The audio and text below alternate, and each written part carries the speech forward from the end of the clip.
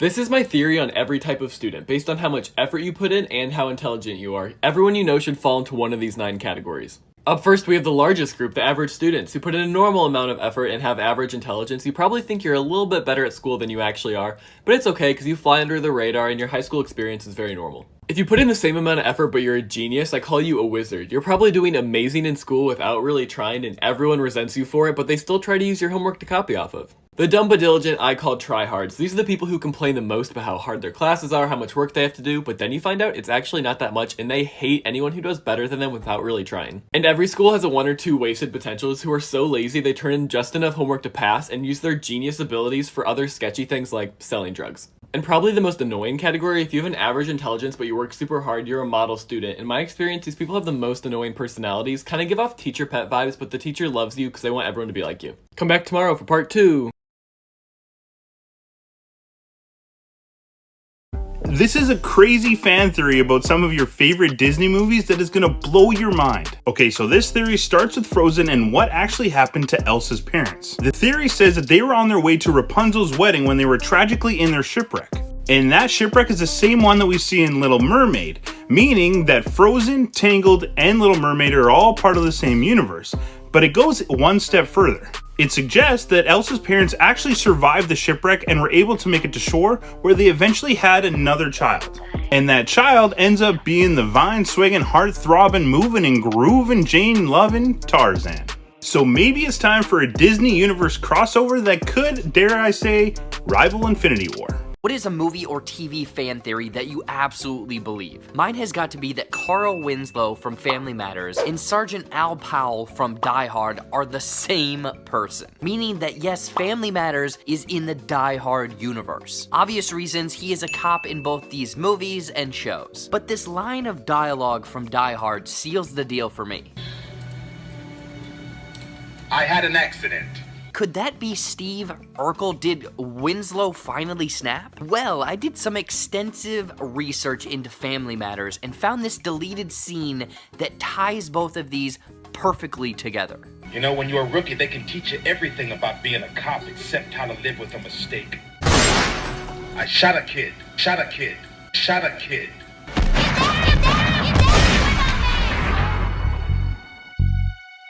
Movie fan theory confirmed. Boom! I probably shouldn't have used boom.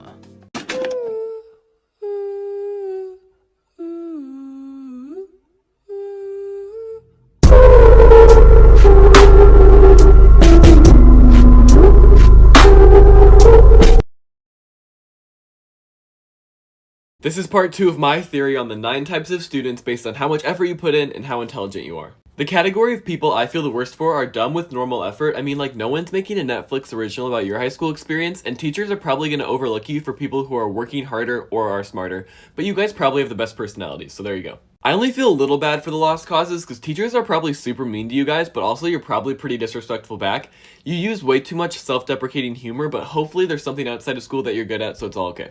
The average but lazy, apathetic student just doesn't care about school. You probably have plans for your life that don't involve education. You're only going to go to college if your parents make you, but teachers are a little nicer to you because they really want to see you move up. And finally, we have the diligent geniuses I call superheroes because, like superheroes, we're not 100% sure if they actually exist. There are no more than 1 or 2 of these at your school. They're the people that everyone knows are like going to be the CEOs or rulers of the world one day. So, which one are you in?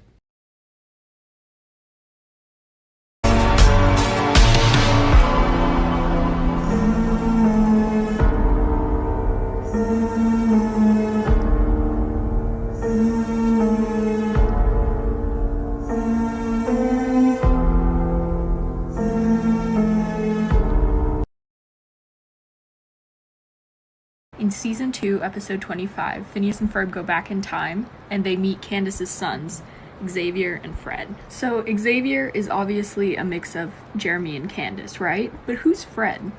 He has Candace's eyes and brown hair, which might or might not be a coincidence, but maybe it's someone else's kid. I can neither confirm nor deny this theory. 5 what-if theories to keep you up at night. What if everything behind you disappears, but when you look back, it reappears? With no eyes, we can't see color, right? So what if there's a whole aspect to life that we're missing because we don't have the right organ to detect it? What if 1111 actually works? There's just someone wishing every time that our wishes don't come true. What if the meteor that killed the dinosaurs was actually a UFO, and we are the aliens? And finally, what if every time you think you hear your name being called, it's actually just your family trying to wake you up from a coma? Just something to think about with these. The Wildest What If Theories, Part 2. What if we used to be able to make wishes, but someone wished we couldn't? What if the world actually ended in 2012 as many people thought, and we're all dead, and everything since that year has just been a dream? What if you're the only person left on Earth and the rest of the population you see is just your imagination playing tricks on you? What if the government has a cure for the coronavirus but is hiding it because they want to control the population? What if this reality is a dream and when we die, we wake up? What if the person in the mirror is real and we're the reflection? Crazy SpongeBob theories that you can't ignore, Part 1. Every character represents one of the deadly 7 sins. Mr. Krabs represents grief. Squidward represents wrath. Pearl represents lust. Miss Puff represents gluttony. Patrick represents sloth. Sandy represents pride. And Plankton represents envy. In SpongeBob's the only one that doesn't represent a deadly sin, because he's always the nice guy. This is my theory on the ideal number of people in a friend group. Groups of 2, the Bert and Ernies. This group is dangerously small because if you spend that much time together, you're either going to start hating each other or just become the exact same person. A personal favorite of mine, I call groups of 3 the Harry Potter squads, and this one is super difficult to get correct. You almost always have to have more than one gender represented, but if you find the right people, ideal. A Teenage Mutant Ninja Turtle group of 4 is probably the most reliable number because no one's the odd person out, you can all fit perfectly in a car, and you can be super close without getting tired of each other. Scooby-Doo gangs of 5 are on the bigger side, but still acceptable as long as everyone in the group sort of like has a specific role and you guys are active and like to actually do stuff together. Friends groups of 6 is where it starts to get a little sus because you can't actually be that close to each other. There's probably a lot of fighting in this group and you probably also like date each other, so it's weird. And I just don't do groups of 7 or larger. I just don't do it. Okay, wait, hear me out. Violet's Boo from The Incredibles. Okay, so we all remember this locker scene in Monsters, Inc., where Sully's playing hide and seek with Boo.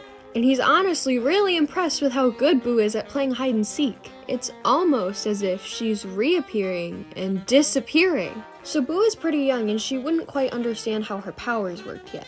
So she would basically only be able to use them when she's happy or relaxed. Which explains why she doesn't turn invisible when Sully and Randall are doing their scare factor thing. Now, wasn't Violet unable to use her powers when she was stressed and pressured? She had that same problem. So in Monsters, Inc., every scarer is assigned to a child that best suits them. Well, Randall was assigned to Boo, and if you remember correctly, Randall can become invisible because he can camouflage, which would kind of be a representation of what Boo might become. And the reason why Boo wasn't scared of Sully is because he kinda looks like her father. They have the same shape and build. Running out of time, I have more Wild conspiracy theories about cartoon shows, Part 1. In Courage the Cowardly Dog, what if Courage is actually a completely normal dog? We're just seeing how the world would look from a dog's perspective. All the villains in the show are actually completely normal people, but to a little dog, they would appear scary. And what if they don't actually live in the middle of nowhere? But since his owners are too old to take him for walks, he only knows what's around his immediate property. And everything beyond that is nothing because he's never seen it. Of all the theories about cartoons, this has to be one of my favorites. Let me know what you think down below with these. As we mentioned before, the Pentagon had 180 days to release all information that they had on UFOs. The CIA released them early, we downloaded all the files, there's over 3,000, we started reading them. I've seen a couple other people start to do a series on this as well, and I just want to clarify that there is some false information. The documents do go back way further than 1976, that is just the first page in the documents. They are not in order, and the last one that I read is from 1959. Yes folks, aliens have been coming here for a very long time. These documents are heavily redacted, but as you can see, they're also very hard to read. And as you probably could have guessed, there's weird shit happening in Antarctica. Surprise! A group of red, green, and yellow flying saucers were seen flying over Deception Island for 2 hours. They were seen by military bases in Antarctica. This was in 1965. In 1977, Moscow, Russia. Many witnessed a huge star suddenly appear in the sky, sending shafts of light into the earth. The star slowly moved closer and spread out into the form of Medusa. The Medusa turned into a circle and kept moving in its direction. Jack from the Titanic is a time traveler. What if I told you Jack was actually a time traveler? Jack actually gambles for a ticket because he doesn't have any currency from that time period. Jack claims to have gone ice fishing at Lake Wissota. We went ice fishing out on Lake Wissota. Lake Wissota is a man-made lake that was built in 1917. That's 5 years after the Titanic sank. Jack mentions riding roller coasters at Santa Monica Pier. There were no roller coasters at Santa Monica Pier until 1916, 4 years after Titanic sank. Jack's hair was actually extremely out of fashion and wouldn't be in fashion for another 30 years. Even the cigarettes he had were out of place. He was smoking filtered cigarettes that didn't even come out until the 1940s. All of this means that he traveled all the way back in time just to save Rose. Some people argue that because it's a James Cameron movie, that he went all the way back in time to save Rose, because Rose is actually Sarah Connor's great-great-grandmother.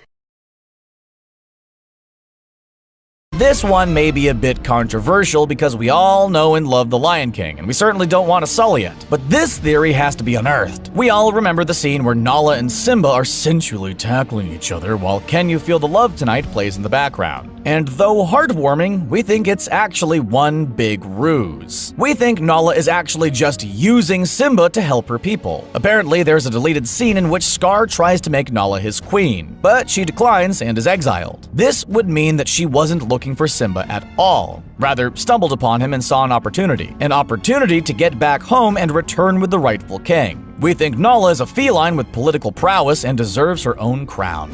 If you're on the first watch of Pixar's Cars, the flick is a veritable ride. Cars can talk, you get to hear Owen Wilson's voice, and watching races has never been more action-packed. But one teeny tiny detail that zooms past the average viewer is that there are no humans in this world. One can only wonder, what happened to us? Given these cars didn't spring out of the ground like daisies and are clearly man-made, we had to be there at some point to pump those tires. There are a couple theories that explain the eerie absence. One is that the cars turned against humans and ran them over one by one until the world was just one big pile of human roadkill. And the other very feasible explanation is that humankind was wiped out by pollution. Do yourself a favor and invest in an electric car, then treat it really nicely so none of those options ever have to become a reality. This is my theory on the real story behind Tarzan. For as long as I can remember, it has bothered me to no end that he can just slide around on tree branches like this. Like, that doesn't make any sense. So I did some research and I found that Tarzan supposedly lives in equatorial Africa or like some part of the Congo. But when you Google, are the trees in the Congo slippery? No, they aren't. So how's he sliding on them? I believe that the movie takes place in Orlando, Florida, specifically in what is known as Disney's Animal Kingdom. Okay, so hear me out. Tarzan's parents take him on vacation to Disney World, but in a tragic accident, they get killed by a leopard in Animal Kingdom. Disney thinks that the entire family's dead, so they cover up the incident. But Tarzan was actually saved by the gorillas, raised in secret, and the entire movie's from his point of view. So when we see him sliding on trees, he's actually just sliding on the roller coasters around the park. Jane and her dad are actually zookeepers, but to Tarzan it seems like they don't know anything about gorillas because he knows them so well. When Disney finds out about Tarzan, they hire this guy to quietly save him. And they produce this so that any rumors that get out seem ridiculous because they're based on a kid's movie. Did this guy predict the coronavirus? 2020 combined with coronavirus, body stacking. As you can see, the song was uploaded in 2013, and at 1:07 he says, 2020 combined with coronavirus, body stacking. 2020 combined with coronavirus, body stacking. What do you guys think it is? A weird coincidence? Or did this guy really predict what would happen in 2020? And like this video if you want more conspiracy theories.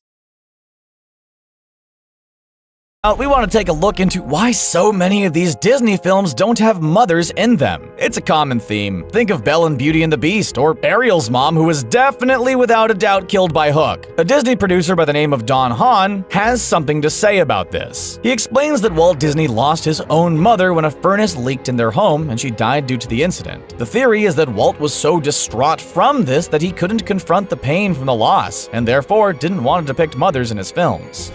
in Pinocchio, see how their personalities would clash. It could also explain why Peter has such a personal vendetta against Hook. He wants to get revenge on the person who abandoned his clan. If we believe this, and the previous theory to be true, that means Hook is a spirit too, meaning Neverland is just one big happy island of ghost people. Our third and final theory on the Man Pan is a crossover between films. What is this? A crossover episode? If you recall the mermaids in the movie, you might find that one seems remarkably familiar. I would say mermaids in general seem quite rare, but red-headed ones seems fishy. Fans have suggested that this could be the mother of Ariel from The Little Mermaid. In the prequel, we learned Ariel's mom was hunted down by a pirate. Now, we don't want to point fingers because for all we know, it could have very well been a drunken Jack Sparrow who misfired a pistol. But Ariel's father, King Triton, has a passionate hatred for humans. And Captain Hook hates mermaids. We think Hook is the one to blame for Triton's wife's passing.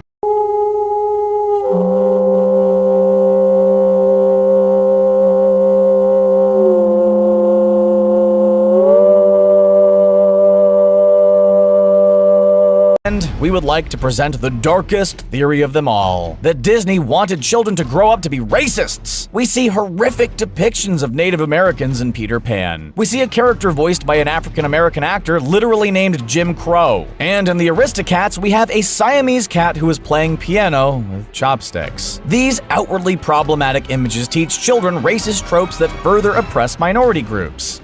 We are Siamese, if you please. As Walt Disney himself was said to be an anti-Semite, it makes sense that these kinds of things were okayed by the man in charge. In saying that, we look forward to a brighter future, where kids aren't totally traumatized by what they watch. Although we believe that it's fine to have a healthy dose of darkness in a fairy tale, sometimes you have to know when to say when. So I wanted to share some of the information that I found about the whole Hollow Earth, aliens living under our feet theory. That was really weird, right? Also, I just want to say this is a conspiracy theory. Scientists don't come for me. So, there's a conspiracy theory that there's a world inside of our world. Think of like a Russian nesting doll kind of situation, right? So this world is said to have like lush green grass, huge vegetation, huge animals, and a sun that's constantly at like a dusk/dawn kind of situation. So people believe that you can get to this world by 3 ways. Either caves, the North Pole, or the South Pole. All of the accounts of people visiting this world are eerily similar. Some of the accounts that I read, people were in the Arctic, in the freezing-ass Arctic, and all of a sudden they get like warm wind. They see like a bunch of fucking vegetation in the middle of a bunch of ice. So they visit this world and it was crazy. It had advanced machinery, huge humans, huge trees, huge food. Whenever these people try and tell their story, they either get hushed or thrown into an insane asylum. But what's really going on? I firmly believe that Dr. Quack from Webkinz is a serial killer, and here's why. I am elbow fucking deep in this conspiracy theory, and there is no stopping me. For starters, we would always bring our Webkinz to him whether they were sick or not, but if they weren't and we left, then they became sick. Well, I'm convinced serial killer Quack over here was making them sick. Then if you remember, Webkinz made it a whole big thing when Dr. Quack was deciding if he should retire or not. But history has shown that big companies get rid of old people because they are unfit to do their job. So Webkinz was getting rid of him because he was unfit. By unfit, I mean an evil serial killer. Now enter Miss Birdie, or so you think. This is what Miss Birdie used to look like, and this is what she looks like now. Look familiar? I am convinced that Dr. Quack was so angry that Webkinz made him retire that he murdered the original Miss Birdie and altered his appearance to look like a revamped facelift version of her so that he could continue his serial killer ways. And I'm dying to know what was in that journal.